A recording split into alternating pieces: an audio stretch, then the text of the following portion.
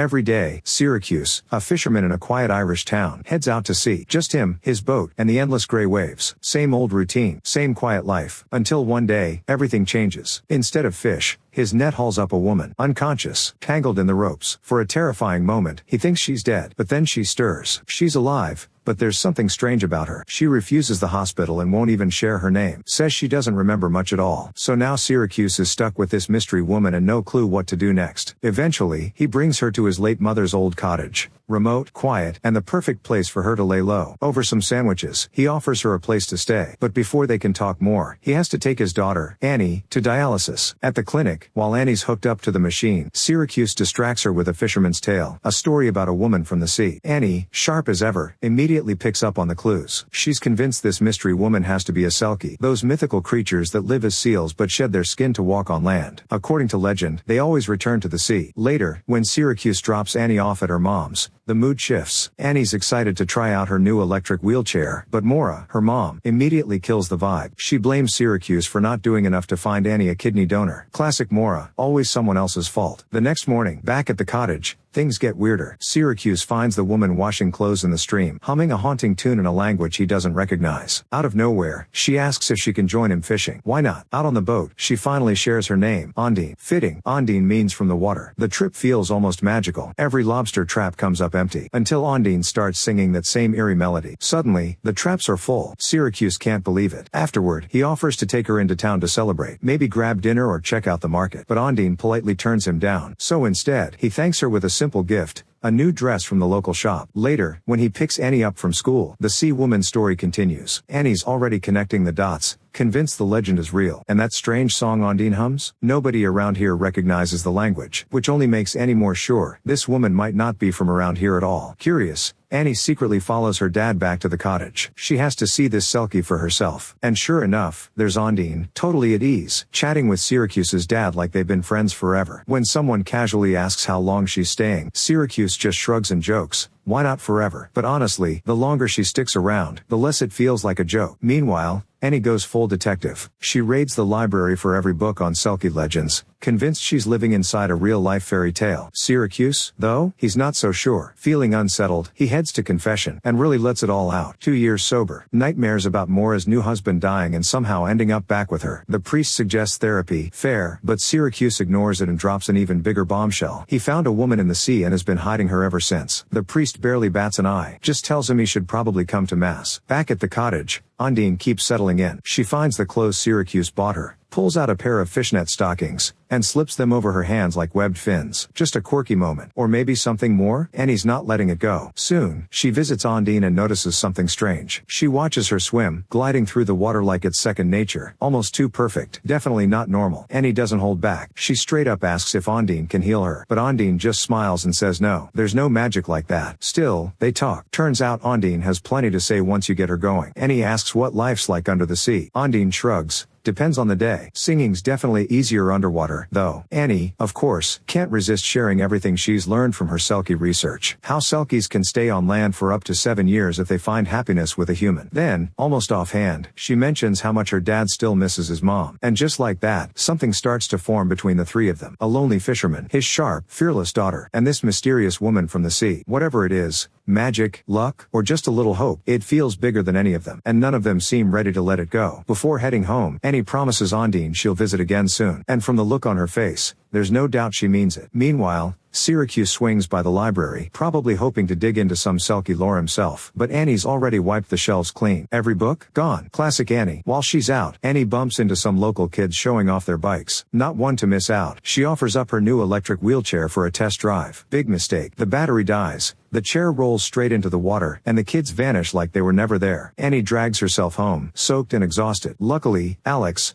her mom's new husband, is there to recharge the chair. He casually drops some old Scottish Selkie stories, but Annie's not convinced. Whatever language Ondine's been singing? Yeah, definitely not Scottish. Out on the water, Syracuse spots Ondine stretched out on a pontoon, soaking up the sun like she belongs there. He offers her a ride, and before long, she's at the wheel, steering with her foot and ducking out of sight as a patrol boat cruises past. Syracuse jokes about her keeping a low profile, but then she starts singing that same haunting melody. Next thing you know, the nets are overflowing with salmon. Way too lucky to be a coincidence. But just as they're celebrating, the patrol boat swings back. Officers board, check the nets, and find nothing. Completely empty. Syracuse gets off with a warning, but the whole thing leaves him rattled. Ondine, though, cool as ever. With Ondine no longer a total secret, Syracuse finally takes her into town to sell the catch. After cashing in, he offers to buy her a new dress, but this time, she picks it out herself. And who's waiting for them at the shop? Annie, of course, buzzing with excitement. As far as she's concerned, this is even more proof her Selkie theory's legit. She happily helps Ondine pick an outfit while the townsfolk stare through the windows, dying to get a glimpse of the mysterious new woman. Back at the cottage, it's like Ondine brings a little bit of magic with her. The place feels lighter, happier, even Annie's getting swept up in it. Ondine offers to teach her how to swim, and Annie's all in. While they're splashing around, Ondine finds a bundle floating in the water. Annie, now basically a Selkie expert, immediately calls it silky clothing. According to the legend, if Ondine buries it, she can stay on land for 7 years, unless her sea husband comes looking. Ondine laughs but goes along with it, hiding the bundle in the greenhouse. Annie memorizes the exact spot, just in case, and warns her dad to keep an eye out for strangers who might come poking around. A few days later, the whole crew heads to a local festival by boat. On the way, Annie can't resist asking Ondine if she grants wishes. Ondine just smiles and says that's not really her thing, but Annie decides to test it anyway. As soon as they hit the pier, Annie pretends her wheelchair brakes fail and launches herself into the water. Total chaos. A nurse dives in. Syracuse panics and rushes her home to Maura and Alex. Later that night, once things settle down, Ondine quietly tells Syracuse the truth. Annie's brakes worked perfectly. It wasn't an accident, it was a test. Annie wanted to see if Ondine could breathe underwater. And that's the moment something shifts. Syracuse finally opens up. He tells Ondine about his past, the drinking, the mistakes, and how he quit cold turkey the day he found Maura passed out next to their sick daughter. Someone had to stay sober. So, he did. And now, here he is, living with a mysterious woman from the sea, a daughter who believes in magic, and a life that suddenly feels different, maybe even good. But back at home, things take a darker turn. Maura mentions a stranger with dark hair snooping around town, asking questions about Ondine. That night, Annie dreams about him, a shadowy, threatening figure creeping through her mind like a storm rolling in. Meanwhile, Syracuse and Ondine grow closer, really close. Eventually, they spend the night together. But afterward, the doubt hits hard. In confession, Syracuse admits he's scared this happiness isn't real. After everything he's been through, getting a second chance feels impossible. Too good to trust. And then reality slams back in. Outside the church, Syracuse spots a man hanging around. Dark hair, asking about Ondine. Same guy. Bad vibes all around. Syracuse brushes him off, but the feeling sticks. Later that day, after Annie's dialysis, Syracuse brings her home, only to find the place empty. Maura and Alex ditched her to hit the pub. Classic. Furious, Syracuse drags them back, only to discover something even worse. The front door's been kicked in, and Ondine? Gone. Full panic mode. Syracuse scours the shoreline until he finds her, hiding and shaking. She finally admits the truth. The dark-haired man is here. He's come to take her back. Whatever Ondine's been running from, it just caught up. Meanwhile, back at the house, Maura, completely hammered, decides it's a great idea to ride Annie's wheelchair home. Even Alex, of all people, tells her it's stupid. But Maura being Maura, of course she does it anyway. Desperate to protect Ondine, Syracuse hides her in a secret cave behind a waterfall, straight out of a fairy tale. Trying to lighten the mood, he asks if she wants to make a wish. But Ondine doesn't wish for herself. She wishes for Annie to get better. And quietly, Syracuse makes his own wish too, for Ondine to stay. But deep down, he's terrified it's all slipping away. And then things get worse. Back in town, the dark-haired man's car crashes right into Maura. She's drunk behind the wheel. Alex goes flying through the windshield, and even though Annie's strapped in, she still takes a hard hit. Syracuse and Ondine stumble across the wreck. Medics swarm the scene as Syracuse rushes to help. Annie's beaten up but hanging on as they load her into an ambulance. Then, out of nowhere, a miracle, Annie's finally getting a kidney transplant. The donor? Alex. In the middle of all this chaos, he saves her life. But the drama's not over yet. At the hospital, Ondine crosses paths with the dark-haired man one last time. Calm as ever, he tells her they don't belong here. And just as calmly, she tells him to leave. She's done running. The next morning, Annie wakes up groggy, barely able to open her eyes. First thing she asks, where's Ondine? Syracuse promises they'll see her again soon. But more bad news is coming. Alex doesn't make it. At his cremation, Maura scatters his ashes into the sea. And for once, she stops blaming Syracuse for everything. Grief will do that. In a rare moment of clarity, she asks him to take full custody of Annie. But there's a catch. Ondine has to go. And just like that, the dream ends. Heartbroken, Syracuse takes Ondine out on the boat. Caught up in the legend, he tells her it's time to go back to the sea. Ondine asks if she can say goodbye to Annie. He doesn't answer. He just sails away, leaving her on the shore as night falls. By morning, she's gone. Back to the ocean, like she was never there. Time passes. Syracuse is miserable. Annie comes home from the hospital and, in a total role reversal, comforts him. She's sure Ondine will come back. She left something behind. Annie says,